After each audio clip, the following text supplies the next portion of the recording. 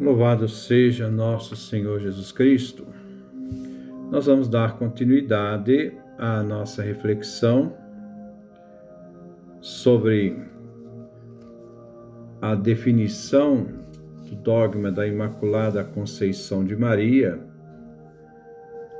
É uma definição do Papa Pio IX, Ineffabilis Deus, é o documento, que foi definida no dia 8 de dezembro de 1854.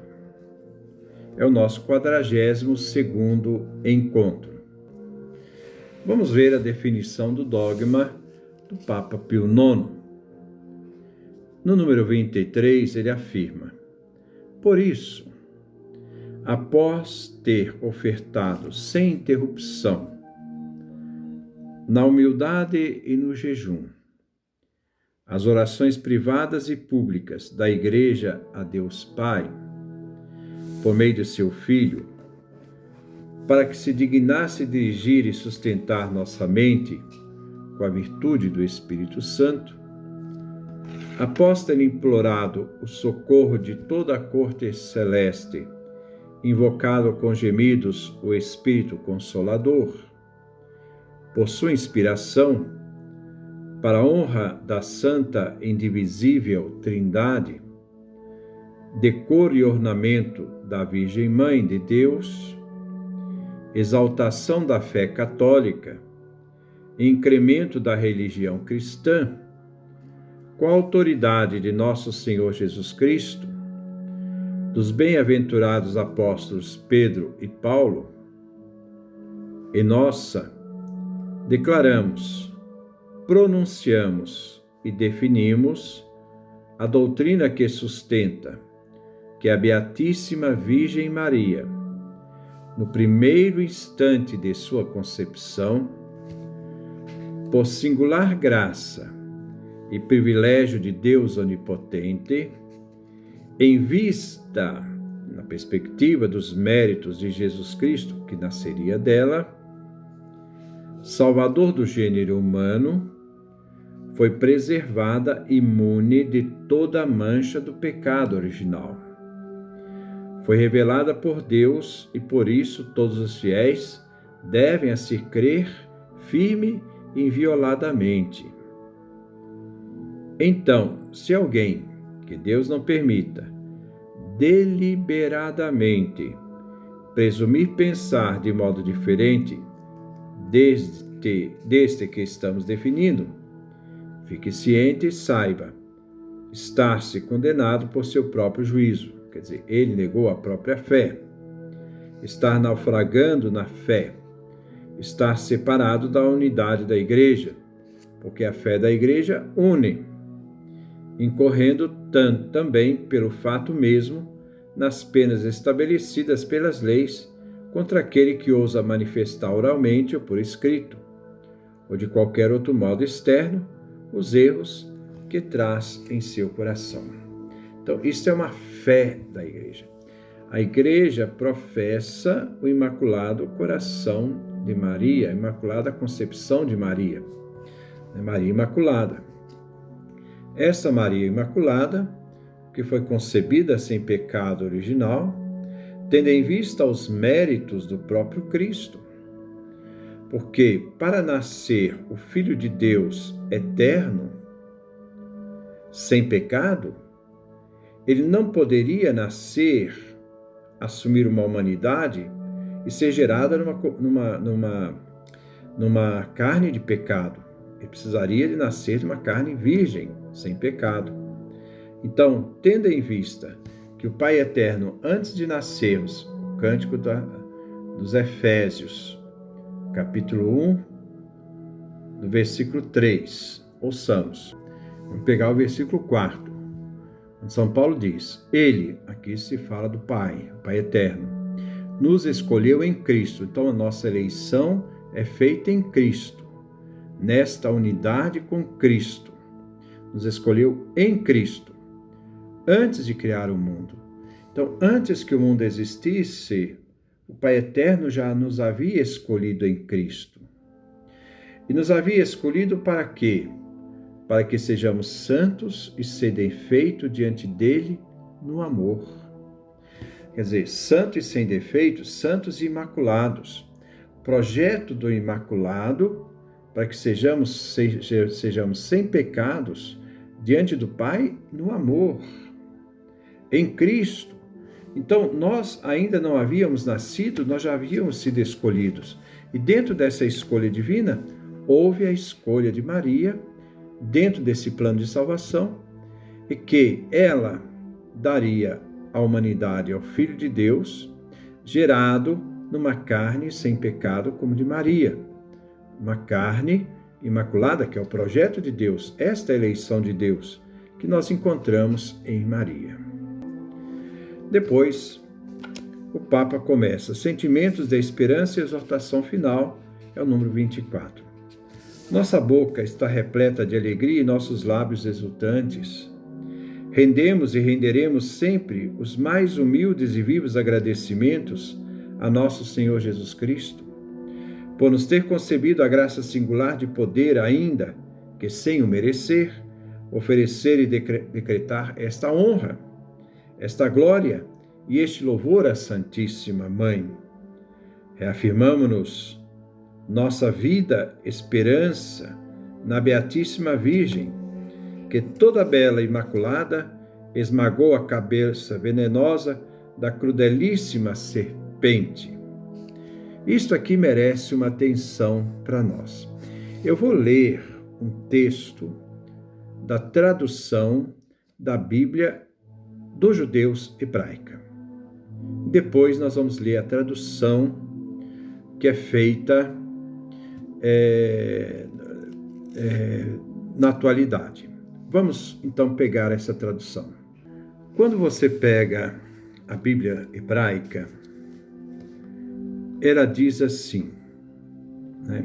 Deus então encontra Adão, Adão joga a culpa para Eva, e Eva então responde que foi a serpente, e Deus diz, é o capítulo 3, versículo 15, e inimizade porém, ele está falando a serpente, e inimizade porém entre ti, a serpente, e a mulher, Eva, entre a tua semente, isso é, a sua descendência, e entre a sua semente. A tua semente, a semente da serpente, a sua semente, a semente da mulher. Né? Ela te ferirá, socará a cabeça, e tu lhe ferirás o calcanhar. Preste atenção aqui. A tradução hebraica. Ela se refere a quem? A serpente. Aliás, ela se refere a quê? A mulher ou a semente da mulher? Depois ele diz, e tu lhe ferirás o calcanhar. Tu ferirás o calcanhar de quem? Da descendência da mulher? Né? Ou a descendência da serpente? Não. Se tu aqui refere a serpente, né, tu vai ferir o calcanhar, né, tu vai ferir o calcanhar da mulher, porque ela se refere à mulher. A referência era ela, a mulher e a serpente. Não é a descendência dela e a descendência da serpente. A tradição hebraica diz, ela, a mulher, te ferirá, socará a cabeça, e tu, serpente, lhe ferirás o calcanhar. Então, aqui na Bíblia hebraica se refere à mulher que pisa a cabeça da serpente. Já nós podemos olhar, né, esse versículo 15, né, na Bíblia Pastoral. Olha o que diz a Bíblia Pastoral. Eu porei inimizade entre você se refere à serpente, e a mulher, no caso aqui, a Eva. Entre a descendência de você, entre a descendência da serpente e a descendência dela, a descendência da mulher. Estes vão lhe esmagar a cabeça. Aqui houve uma inversão. porque a tradução hebraica não fala de estes, fala ela. Não se refere à descendência da mulher, se refere à mulher. Ela vai esmagar a cabeça da serpente. E você, isto é, se refere à serpente, ferirá o calcanhar deles. Mas não é deles, é dela, da mulher. Então nós temos aqui uma tradução que coloca que o texto se refere não a Maria, mas à descendência da mulher, querendo fazer uma referência a Cristo. Mas a tradução original hebraica se refere a Eva e a serpente, né? Então, diante disto, o texto tem em vista Eva e a serpente. Então, nós dizemos assim: ela, toda bela, imaculada, esmagou a cabeça venenosa da crudelíssima serpente. Aqui nós estamos dentro de uma tradição hebraica que diz isto. Não há uma interpretação que se quer dar, tendo em vista a uma dimensão cristológica, o Cristo. E trouxe a salvação ao mundo. É uma expressão muito típica de Irineu. Naquela que é a glória dos profetas e dos apóstolos, Maria, honra dos mártires, alegria e coroa de todos os santos, seguríssimo refúgio e fidelíssima ajuda contra todos os perigos, potentíssima, mediadora e reconciliadora de todo o mundo junto ao seu Filho unigênito, fulgidíssima beleza e ornamento da Igreja, a sua segura defesa.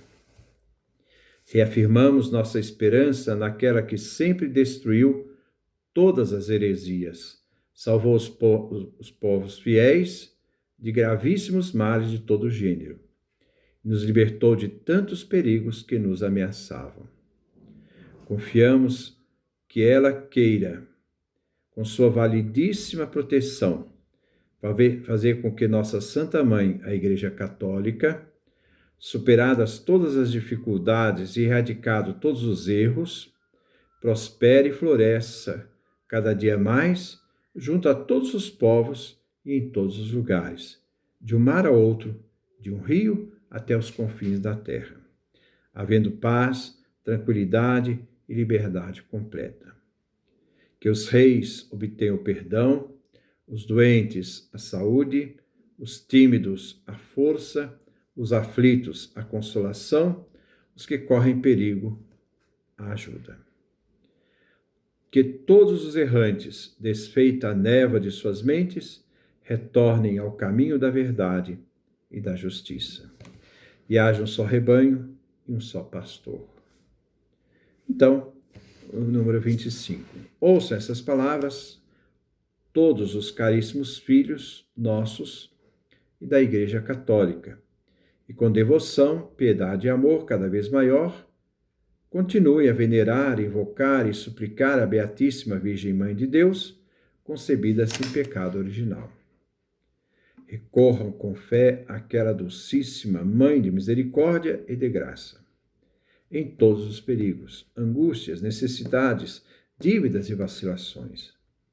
Não pode haver, afinal, motivo de temor ou de desesperação, quando ela é a nossa guia e o nosso auspício, quando ela nos é propícia e nos protege, pois ela tem para conosco um coração materno.